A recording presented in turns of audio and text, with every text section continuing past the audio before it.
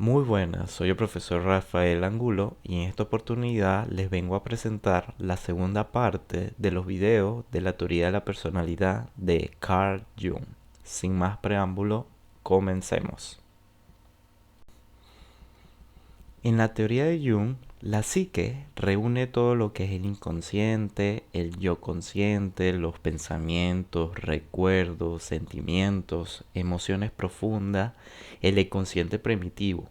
Por lo tanto, la psique viene siendo mucho más que la experiencia individual de la persona y lo que reúne su inconsciente personal, sino que también en ella podemos ver planteado lo que es toda la dinámica de la personalidad, las transformaciones y el crecimiento que planteaba Carl Jung.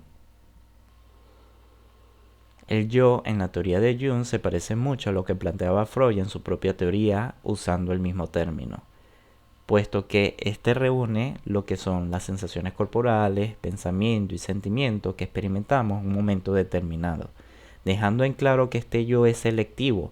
No es que vamos a tomar conciencia de todo lo que estamos experimentando en el mundo externo y interno a la vez, no, sino que va a tomar ciertos aspectos más relevantes y que nos ayudan a mantener una identidad unificada. Y hablando de ello, de esa identidad unificada, el yo actúa como un guardián de la conciencia, puesto que si nosotros percibimos todo lo que está captando nuestros sentidos y lo que recibe nuestra mente, nos abrumaría. Y por ello es un guardián que reúne y protege a nuestra identidad. También dejando en claro que este yo es el que controla la voluntad. O sea, nuestra determinación a ir hacia un punto determinado o actuar de una manera en específico es función del yo. Hay que dejar algo muy en claro. Existen límites del poder de la voluntad. La psique es mucho más grande que el yo. El yo, en la teoría de Jung, es mucho más restrictivo que en la teoría de Freud. ¿Qué quiere decir esto? Que el yo es el centro de la conciencia, pero no es el centro de la psique.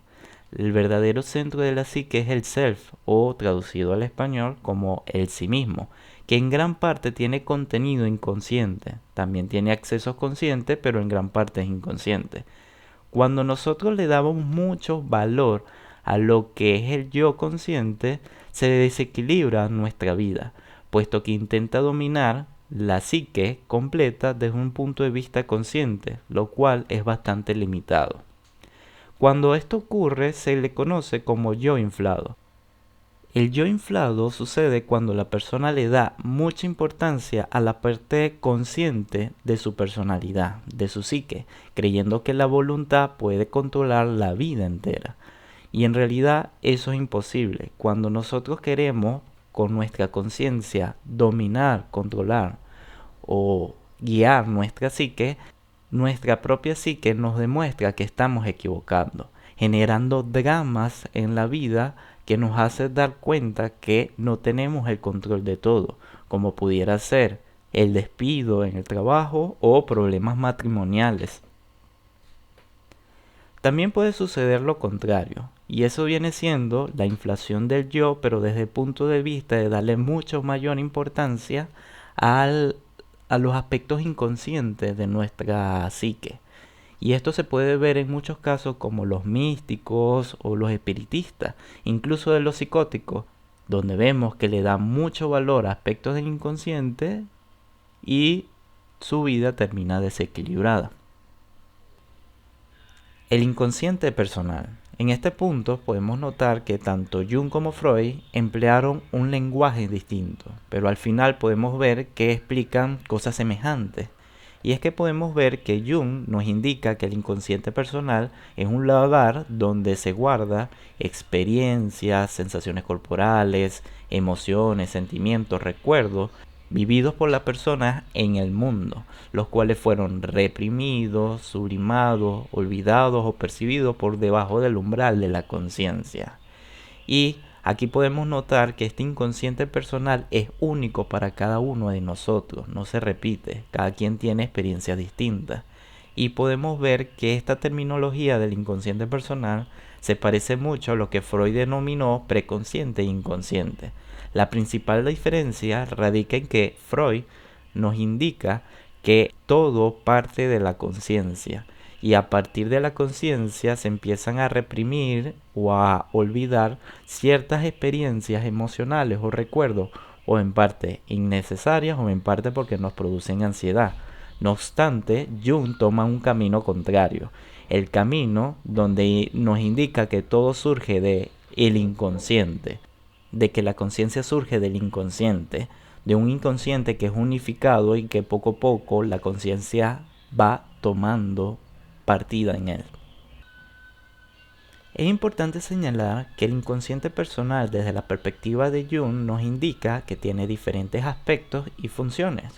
Tiene el aspecto retrospectivo, el cual ya nos indicaba el mismo Freud en su teoría, de que el inconsciente personal almacena nuestras experiencias pasadas e incluso en los sueños busca manifestarse para ayudar a resolverlo. Eso también lo propone Jung, pero él no solamente lo habla desde lo negativo, nuestras experiencias negativas, sino también de nuestras experiencias positivas y neutras que guarda de nuestro pasado el inconsciente personal. Y lo nuevo que añade Jung es que nos indica que nuestro inconsciente personal no solamente está orientado hacia nuestro pasado, sino que también tiene vista y está presente hacia nuestro futuro. ¿De qué forma? Muchas veces pasa que hemos soñado que estamos en una situación que todavía no nos hemos enfrentado y nos muestra las decisiones que tomamos en ese tipo de situaciones. Y es una habilidad que tiene el inconsciente personal para mostrarnos las decisiones inconscientes que ya hemos tomado y de esa manera nos ayuda a prepararnos hacia nuestro futuro. También el inconsciente personal desde la perspectiva de Jung nos muestra que tiene una función compensatoria y una función exploratoria. ¿Qué indica eso? La función compensatoria nos indica la manera que tiene el inconsciente personal para equilibrar las energías de la psique. Muchas veces tendemos a irnos al extremo a estar puro en el mundo externo o puro en el mundo interno. Y esa tendencia introvertido-extrovertida se ve compensada en nuestro inconsciente personal. Y en los sueños nos muestra otra faceta de nuestra vida o otra faceta de nuestra psique que poseemos. Por ejemplo, a aquella persona que es extremadamente introvertido le muestra que tiene capacidades extrovertidas también en sus sueños. Por el contrario, las personas que son extremadamente extrovertidas les muestra esas facetas introvertidas que también puede tener. Y esta es la forma que tiene el inconsciente personal de equilibrar la psique. También posee la función exploratoria. Y muchas veces pasa de que estamos con una situación, un problema en el presente que no sabemos cómo resolver. Y al dormir, cuando nos despertamos del sueño, podemos ver cómo encontramos una solución. Y pareciera que el inconsciente personal, mientras dormimos, seguía trabajando en poder resolver ese conflicto que nos acontecía en nuestra vida.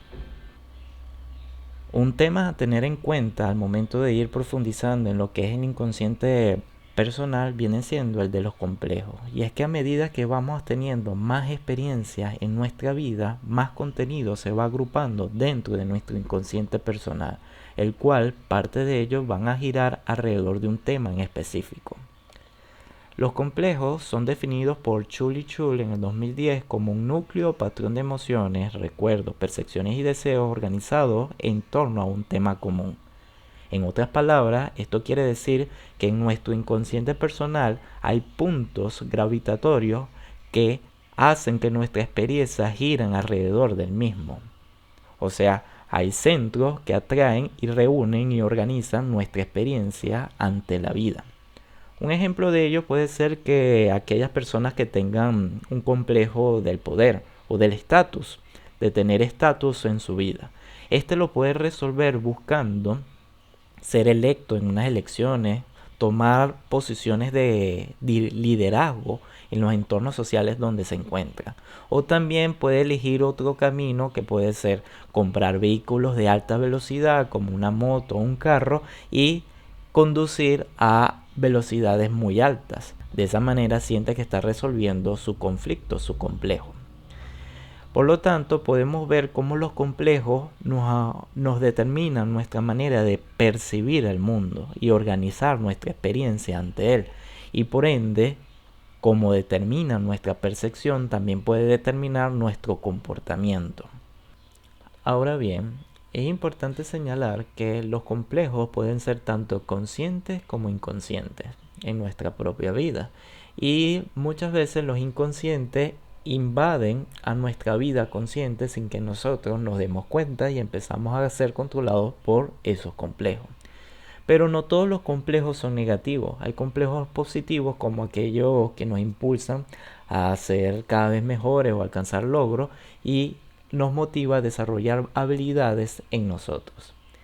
Es importante destacar que Jung nos indicaba que los complejos no solamente se originan en nuestra experiencia personal, sino también pueden estar cargados por experiencias ancestrales. ¿Qué quiere decir eso? Que en parte nuestro complejo está influenciado, tiene contenido energizado por nuestro inconsciente personal y también inconsciente colectivo.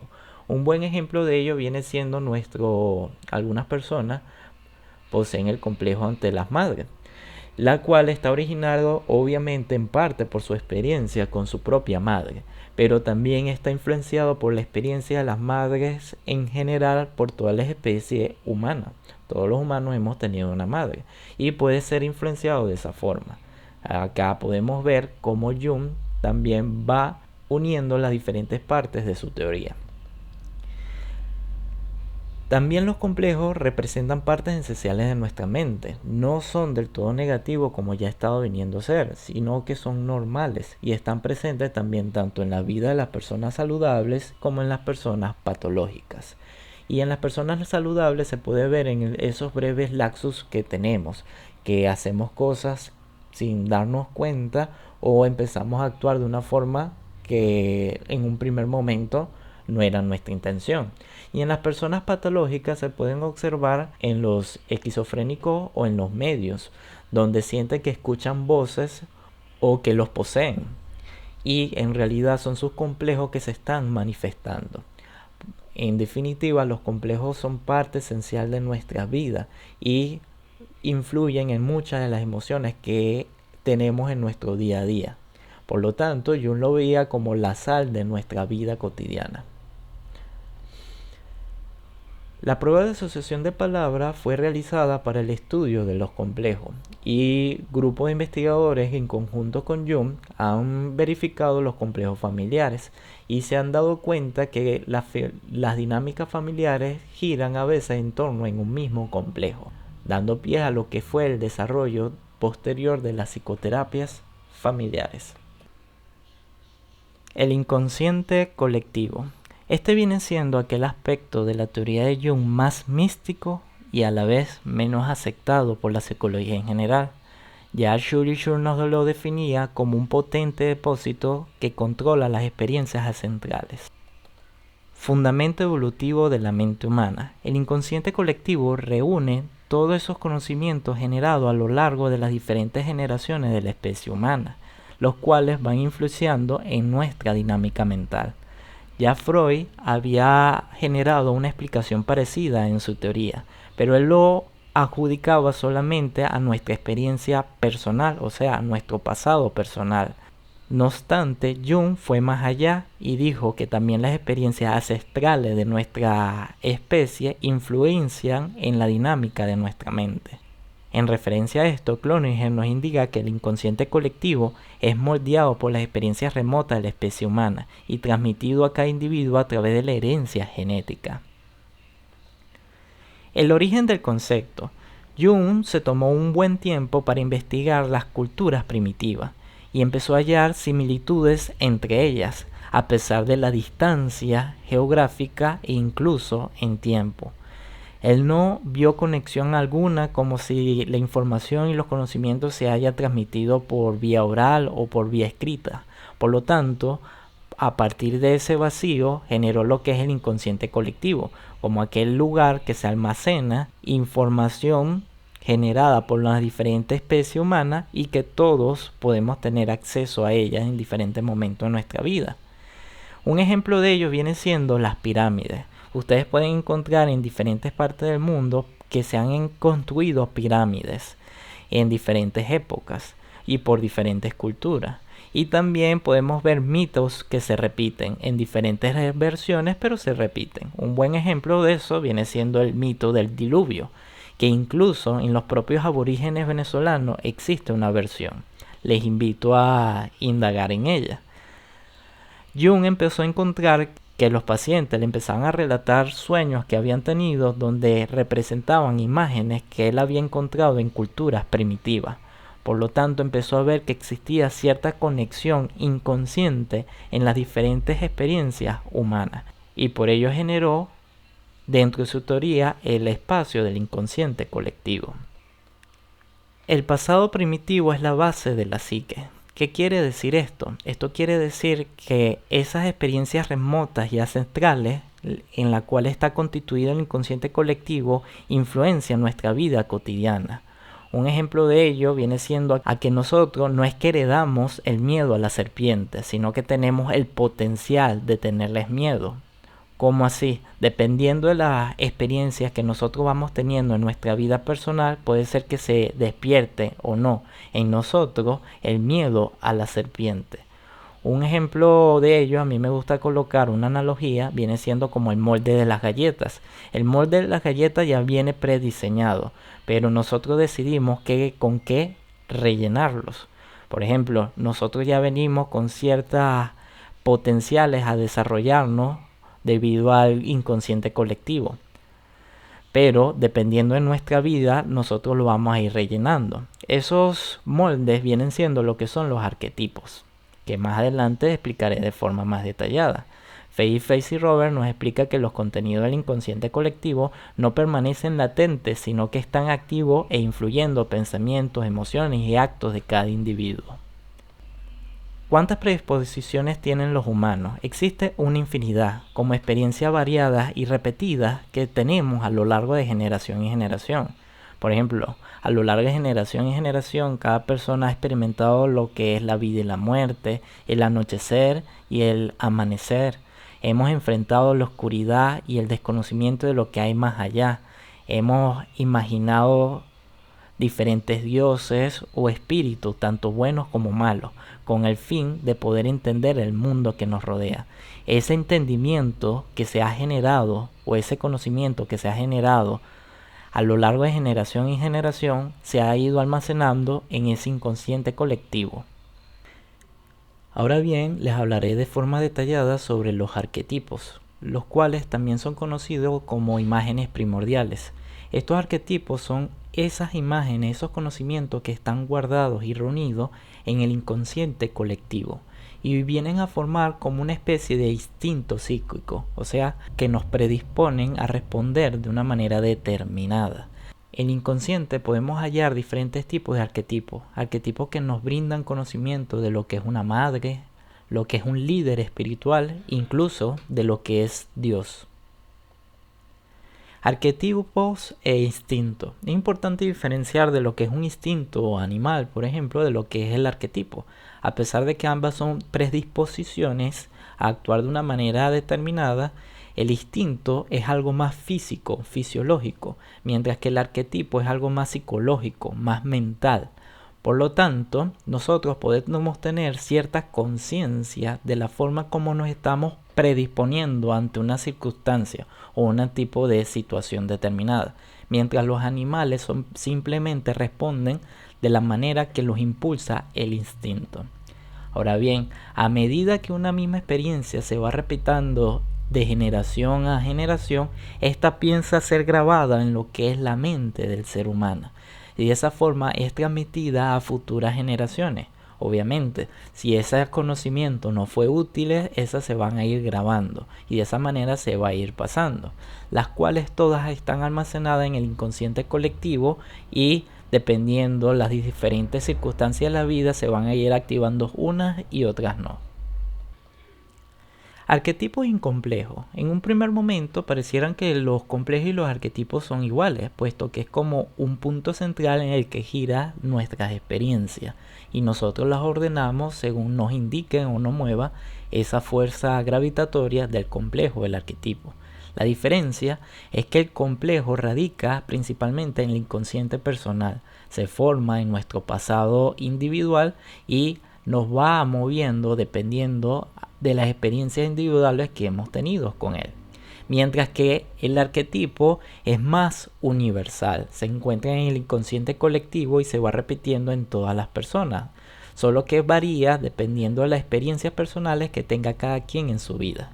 Por ejemplo, existen diferentes tipos de arquetipos y eso se van grabando dependiendo a esas experiencias iguales que van pasando las personas a lo largo de generación en generación. Una experiencia unificadora puede ser el simple hecho de ver cómo el sol surge en un lado y se oculta por otro. El surgimiento de los arquetipos. Fay y Robert nos indica que el arquetipo en sí mismo no se puede representar directamente, pero una vez activado se expresa en diversas maneras, sobre todo en sueños, fantasías e ilusiones. ¿Cómo es eso? El lugar principal donde vamos a poder manifestar los arquetipos va a ser en los sueños. En los sueños donde vemos una figura principal, una figura determinada como puede ser una mujer, un hombre, un demonio o un espíritu. Y esos son arquetipos que dependiendo de nuestra experiencia se van a ir dando una forma determinada con el fin de que nosotros podemos resonar con él. Hasta aquí llega este segundo video. Finalizo mostrándoles las referencias utilizadas para todos estos videos.